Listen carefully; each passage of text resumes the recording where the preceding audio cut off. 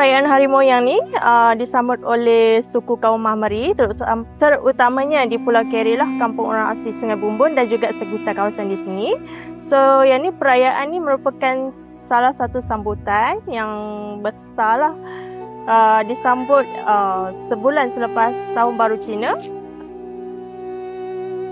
Dihadiri oleh pelbagai bangsa lah, tak kira Melayu, Cina, India dan juga Mahmari tersendirilah.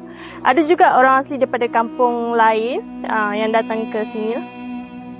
Kat sini diorang boleh menyaksikan persembahan tarian Jo'o tradisional dan juga contemporary, persembahan daripada orang Belia lah. Dekat sini, apabila diorang datang, kita ada 3 balai lah. Balai Naca. Balai Naca tu balai makan, di mana orang kampung kat sini, diorang akan buat macam satu potluck. Diorang akan bawa diorang punya makanan, minuman dan juga buah-buahan untuk diorang makan bersama-sama dengan saudara mara, kawan-kawan dan pengunjung sekali lah.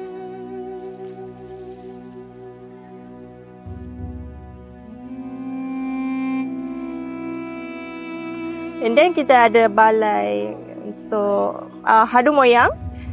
Yang tu spirit heart. Spirit heart tu kita ada ketua adat moyang. Dia orang akan buat satu ritual berbedak, di mana ketua adat tu dia akan calit bedak tu dekat pengunjung lah, dekat tapak tangan dan juga di dahi.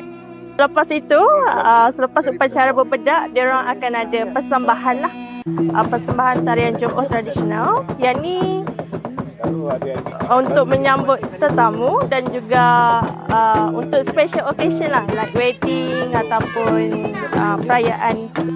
Harapan saya semoga kami punya seni budaya ini terpelihara lah, dan generasi yang muda ni dia tak lupa kita punya adat dan tradisi.